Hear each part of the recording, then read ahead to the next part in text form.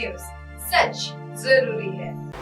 नमस्कार, MNS news live में आप सभी का स्वागत है। मैं हूं आपके साथ अर्शी अंसारी। आइए देखते हैं देश और दुनिया की तमाम खबर। बच्चों की दुश्मन बन गई है कांग्रेस, PM मोदी। बीजेपी ने सामान्य सदस्य बनाकर रख दिया है नंद कुमार साय।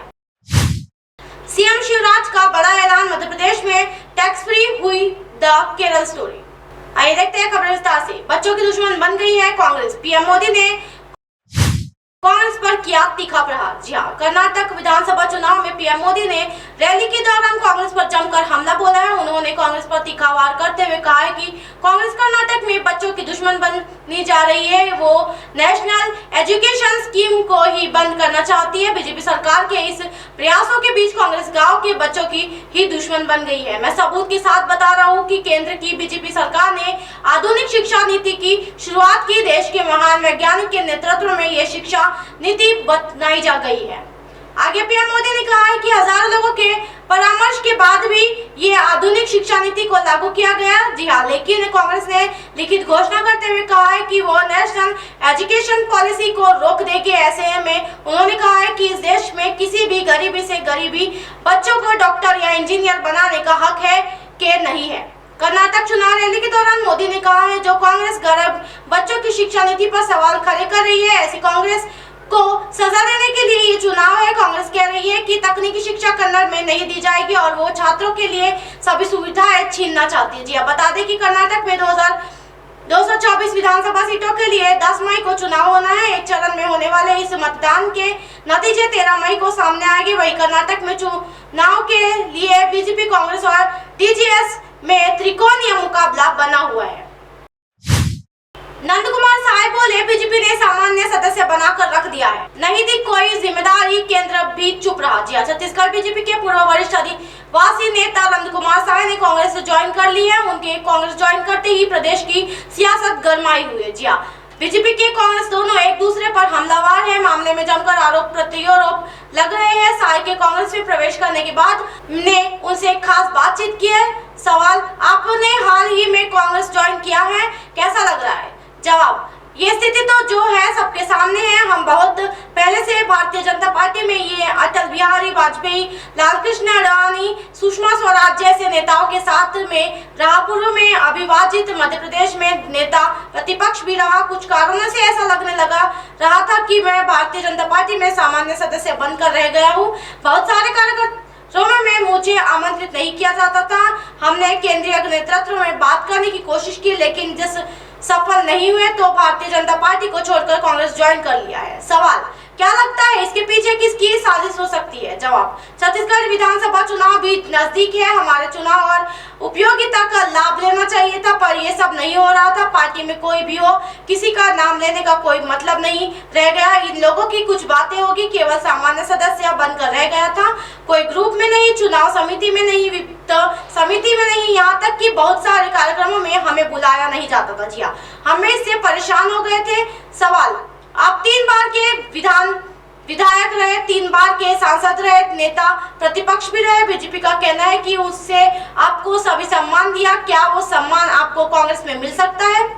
जवाब, बीजेपी जो सम्मान की बात कर रही है, क्या वो अजीत जोगी से लड़ करके सरकार बना सकती थी? लाठी और डंडे खा सकते थे। 166 लोग घायल हुए थे। मेरा घुटना भी फ्रैक्चर हुआ था। प्रतिदान भारतीय जनता पार्टी के लिए कुछ नहीं था। बाकी लोगों के ये दायित्व क्यों नहीं दिया जा रहा है? जिसमें सामर्थ्य होता है, जो काम करता है, उसी को ही पार्टी आगे करती है। लेकिन एक तरफा ये बातें सही नहीं है। इस पार्टी के लिए हमने रातों दिन एकजुट होकर कितना काम किए हैं, लेकिन किसी को ऐसा कर दिए जाए कि वो व्यक्ति अपमानित होकर के वहाँ रह भी ना सके। जी आखिर क्या उपाय है? ये एक तरफा बात कही जा रही है। बहुत सारे कार्यकर्ता है, उन्हें भी ये दायित्व देखकर देख ली। पुरानी बीजेपी पार्टी को मैं धन्यवाद करता हूँ। बहुत सारे लोगों को पता है, वो भी इसी तरह से परेशान है। सवाल, बीजेपी का कहना है कि आपने दबाव में इस्तीफा दिया है या कांग्रेस की साजिश है, क्या कहेंगे? जवाब, पूरी तरह से गलत है। ये जो बात है पूरी तरह से निराधार तथ्यों से परे और भ्रामक है। कोई इसमें सच्चाई नहीं है। सवाल, विधानसभा घेराव के दौरान आपके संकल्प लिया था कि बाल नहीं कटवाऊंगा, इसे लेकर वीडियो भी वायरल हुआ था, क्या कहेंगे? जवाब, कोई हमने वायरल नहीं किया था, दूसरे लोगों ने वायरल किया था। हमने खड़े होकर मना किया था, किसी को दाव पर लगाना है तो अपना लगाओ, मेरा थोड़ी लगाओगे, ये गलत बात है, इससे हमारा कोई बात नहीं है। सवाल, कांग्रेस में आए गए यहाँ पर आदिवासियों और पिछड़े वर्गों को लेकर क्या प्लानिंग है? जवाब, जनजाति वर्ग की अभी जो समस्याएं है वो अधूरी नहीं है, स्वास्थ्य सेवाएं ठीक नहीं है, उनकी आर्थिक दशा खराब है, वो शिक्षित नहीं है, उनकी शिक्षा को कैसे मजबूत किया जाए, इन कार्यों को कैसे आगे बढ़ाना जाए, इन सब की प्राथमिकता रहेगी। भूपेश सरकार की योजनाएं बहुत अच्छी है, परियोजनाएं धरातल पर पहुंचनी चाहिए, सरकार के कामों की तारीफ की जानी चाहिए।